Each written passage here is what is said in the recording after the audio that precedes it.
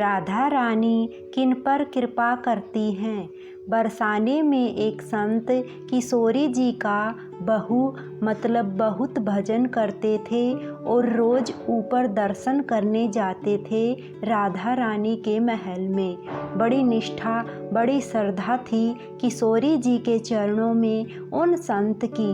एक बार उन्होंने देखा कि भक्त राधा रानी को बरसाने मंदिर में पोशाक अर्पित कर रहे थे, तो उन महात्मा जी के मन में भाव आया कि मैंने आज तक किशोरी जी को कुछ भी नहीं चढ़ाया। जय श्री राधे, जय श्री कृष्ण, और लोग आ रहे हैं तो कोई फूल चढ़ाता है, कोई भोग लगाता है, कोई पोशाक पहनाता है, और मैंने कुछ भी नहीं दिया। अरे मैं कैसा भक्त हूँ। तो उन महात्मा जी ने उसी दिन निश्चय कर लिया कि मैं अपने हाथों से बनाकर राधा रानी को सुंदर सी एक पोशाक पहनाऊंगा। ये सोचकर उसी दिन से वो महात्मा जी तैयारी में लग गए और बहुत प्यारी सुंदर सी एक पोशाक बनाई। पोशाक तैयार होने में 1 महीना लगा।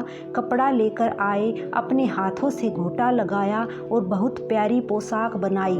सुंदर सी पोशाक जब तैयार हो गई तो वो पोशाक अब लेकर ऊपर किशोरी जी के चरणों में अर्पित करने जा रहे थे। अब बरसाने की तो सीढ़ियाँ हैं काफ़ी ऊंची, तो वो महात्मा जी ऊपर चढ़कर जा रहे हैं। तो देखिए कैसी कृपा करती है वो हमारी राधा रानी।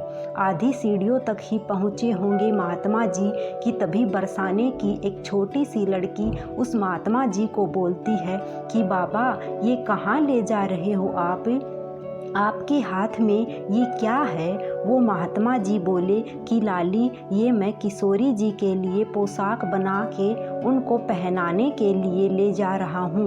ब्रज भाषा में जवाब दिया। वो लड़की बोली अरे बाबा राधा रानी के पास तो बहुत सारी पोशाक हैं, तो तू ये मोको दे देना।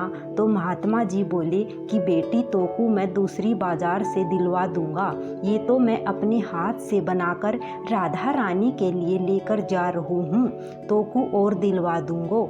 लेकिन उस छोटी सी बालिका ने उस महात्मा के दुपट्टे को पकड़ लिया। बाबा ये मोकू दे दे, पर संत भी जिद करने लगे कि दूसरी दिलवाऊंगा, ये नहीं दूंगा। लेकिन वो बच्ची भी इतनी तेज थी कि संत के हाथ से छुड़ाकर पोशाक ले भागी। अब महात्मा जी बहुत दुखी हो गए। बूढ़े महात्मा जी अब कहाँ ढूंढे उसको, तो वहीं सीढ़ियों पर बैठकर रोने लगे। जब कई संत मंदिर से निकले तो पूछा महाराज क्यों रो रहे हो।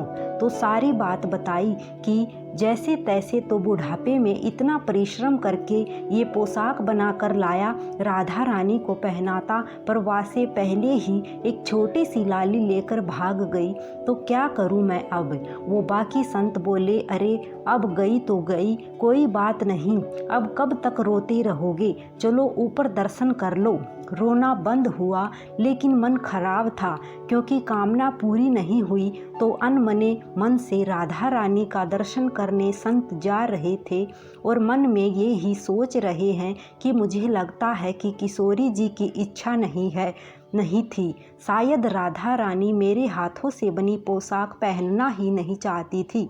ऐसा सोचकर बड़े दुखी होकर जा रहे हैं और अब जाकर अंदर खड़े हुए।